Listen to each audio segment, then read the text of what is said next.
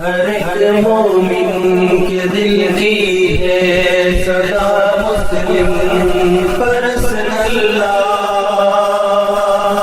نہ بدلا ہے نہ بدلے گا میرا مسلم پرسنل۔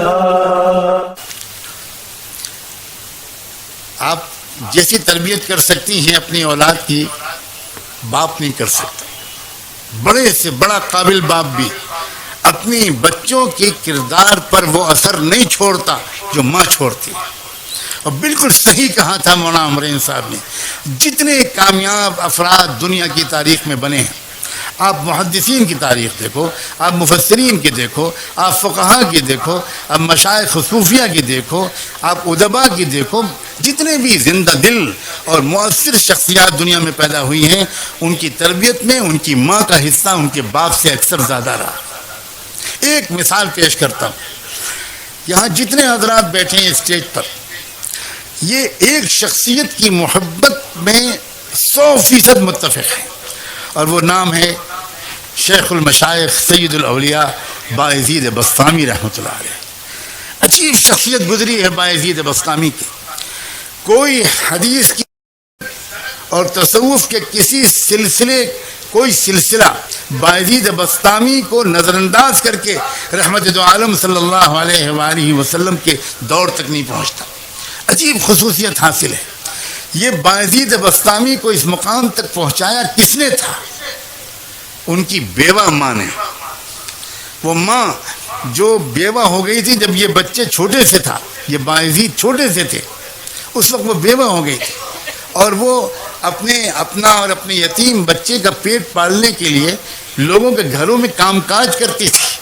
وہ عظیم خاتون جب بچہ بڑا ہو گیا، گلیوں میں کھیلنے لگا، تو ان کی ماں کو یہ ڈر لگا کہ کہیں بچہ بگڑ نہ جائے الٹے سیدھے بچوں کے ساتھ کھیلنے اٹھنے بیٹھنے کی وجہ سے۔ پتہ لگایا اس ماں نے کہ میں کیا کروں، میری تمنا اور میرے مرحوم شوہر کی یہی تمنا تھی کہ میرا بیٹا ولی کامل بنے، عالم ربانی بنے۔ چنانچہ لوگوں نے بتایا کہ فلاں ایک شیخ ہیں، ایک بہت ہی صالح مربی ہیں، وہ فلاں مسجد میں ایک مدرسہ چلاتے ہیں، وہاں کچھ بچے ان کے ساتھ رہتے ہیں۔ اب تک کا تجربہ ہے کہ جو بچہ وہاں رہا ہے بہت نیک بن گیا۔ وہ بیچاری بیوہ عورت اپنے یتیم بچے کو لے کر پتہ پوچھتے پوچھتے ان شیخ کے پاس پہنچی، سلام کیا، اپنا تعارف کرایا، حضرت میں غریب بیوہ عورت ہوں، یہ میرا یتیم بچہ ہے، میرے مرحوم شوہر کی بھی یہ تمنا تھی اور میری بھی کہ یہ اچھا عالم بن جائے، پوچھتے پوچھتے آپ کے پاس حاضر ہوئی ہوں، اس کو اپنے قدموں میں جگہ دے دیجئے، رکھ لیجئے، اور اس کو عالم اللہ والا بنا دیجئے۔ بہت متاثر ہوئے وہ شیخ، کہا بہت اچھا، چھوڑ جاؤ، میں اپنی سی پوری کوشش کروں گا۔ جاتے جاتے اس عورت نے ایک عجیب قسم کی درخواست اور پیش کی۔ اس نے کہا حضرت ایک گزارش اور ہے، پہلی بار یہ بچہ اپنی ماں کی گود سے نکل کر کہیں باہر آ کر رہے گا، اسے میری یاد بہت ستائے گی، جلدی جلدی یہ چھٹی مانگے گا، میری درخواست یہ ہے کہ آپ اسے چھٹی مت دیجیے گا، کیونکہ میرے پاس آئے گا اس کی توجہ بڑھ جائے گی، میرے پاس تو آپ اس کو تب بھیجیے گا جب یہ اللہ کا ولی بن جائے۔ انہیں بہت حیرت ہوئی کہ عجیب اللہ کی بندی ہے، بہت قدر آئی۔ انہوں نے کہا کہ بہن تم نے بہت بڑی بات کہی ہے، تو جاؤ دعا سے میری مدد کرنا، میں اپنی طرف سے پوری کوشش کروں گا۔ وہ چلی گئیں، وہ بچہ پڑھنے میں لگ گیا، کچھ مہینے گزرے، جب برداشت سے باہر ہو گیا تو اس بچے نے اپنے استاد سے درخواست کی کہ حضرت بہت دن ہو گئے، مجھے اپنی امی کی بہت یاد آ رہی ہے، مجھے ایک دن کی چھٹی دے دیجیے، ایک دن کی، میں وعدہ کرتا ہوں کل واپس آ جاؤں گا۔ وہ استاد پریشان ہوئے، اگر وہ اجازت دیتے ہیں تو ماں سے کیا ہوا وعدہ ٹوٹتا ہے، اگر وہ منع کرتے ہیں تو یتیم معصوم بچے کا دل ٹوٹتا ہے، کریں تو کیا کریں۔ سوچنے لگے، اللہ کی طرف متوجہ ہو کر مانگا کہ اللہ میں کیا کروں، میں کیا جواب دوں اس بچے کی درخواست کا۔ اللہ تعالیٰ نے ان کے دل و دماغ میں خیال ڈالا، انہوں نے کہا بیٹا ایک کام کرو، میں تم کو سبق دیتا ہوں، تم شام تک وہ سبق یاد کر کے مجھے پورا سنا دو گے تو میں تم کو چھٹی دے دوں گا۔ بچہ خوش ہو گیا، اس نے سبق لیا، وہ اندر گیا اور اس نے جا کر جو اوراق پلٹے تو وہ سمجھ گیا کہ اتنا سبق تو شام تک یاد کرنا ناممکن ہے، استاد نے جان بوجھ کے اتنا سبق دیا تھا۔ اب وہ بہت پریشان ہوا، واپس جاؤں استاد کے پاس جاؤں، ان سے کہوں کہ سبق کم کر دیجئے، آپ نے زیادہ دے دیا. پھر سوچا یہ بے ادبی ہوگی، تو پھر اس نے ایک اور بات سوچی. اس نے کہا میں بچپن سے ماں بھی مجھے یہی کہتی تھی، بہت غور سے سننا یہ بات، بچپن سے مجھے ماں بھی یہ کہتی تھی کہ اللہ سب کچھ کر سکتا ہے، اور استاد بھی روز یہی کہتے ہیں. آج میں اس کا تجربہ کرتا ہوں. کتاب الگ رکھی، 2 رکعت نماز پڑھی اور ننھے منھے ہاتھ اٹھا کر اللہ سے مانگنا شروع کیا کہ اللہ، بچپن سے ماں یہی کہتی تھی، استاد بھی روز یہی کہتے ہیں، آپ سب کر سکتے ہیں، آج آپ اپنی قدرت مجھ یتیم بچے کی مدد کر کے دکھا دیجئے، یہ سبق شام تک یاد کروا دیجئے. اس کے بعد دعا کر کے یاد کرنے میں لگ گیا. شام تک شام ہوئی تو استاد کے پاس آیا، کہا استاد جی سبق سن لیجئے. استاد کو یقین تھا کہ سبق تو پورا یاد ہو ہی نہیں سکتا. استاد نے کہا سناؤ بیٹا.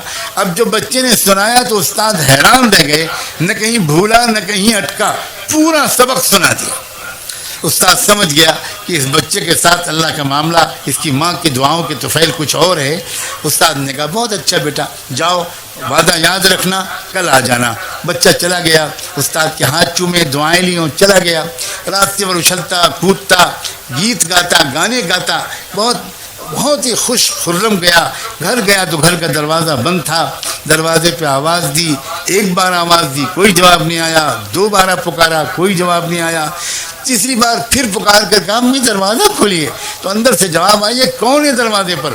تو باہر سے بچے نے کہا کہ امی میں آپ کا بایزید ہوں، دروازہ کھولیے. تو ماں نے کہا کہ کون بایزید؟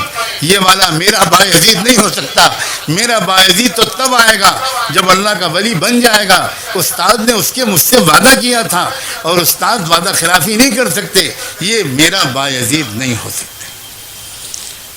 سمجھ گیا بچہ کہ ماں کی مرضی نہیں ہے کہ میں گھر کے اندر جاؤں. وہیں کھڑے بہت دیر تک روتا رہا. اس کے بعد روتے ہی ہوئے مدرسے واپس آ گیا. استاد کے پاس حاضر ہوا، سلام کیا تو استاد حیران رہ گئے، کیا ہوا بیٹا خیریت؟ تو جب بچے نے اپنی کہانی سنانے کے لیے چہرہ اوپر اٹھایا تو استاد نے دیکھا کہ آنکھیں بالکل آنسوؤں سے بھری ہوئی ہیں، چہرہ لال ہے.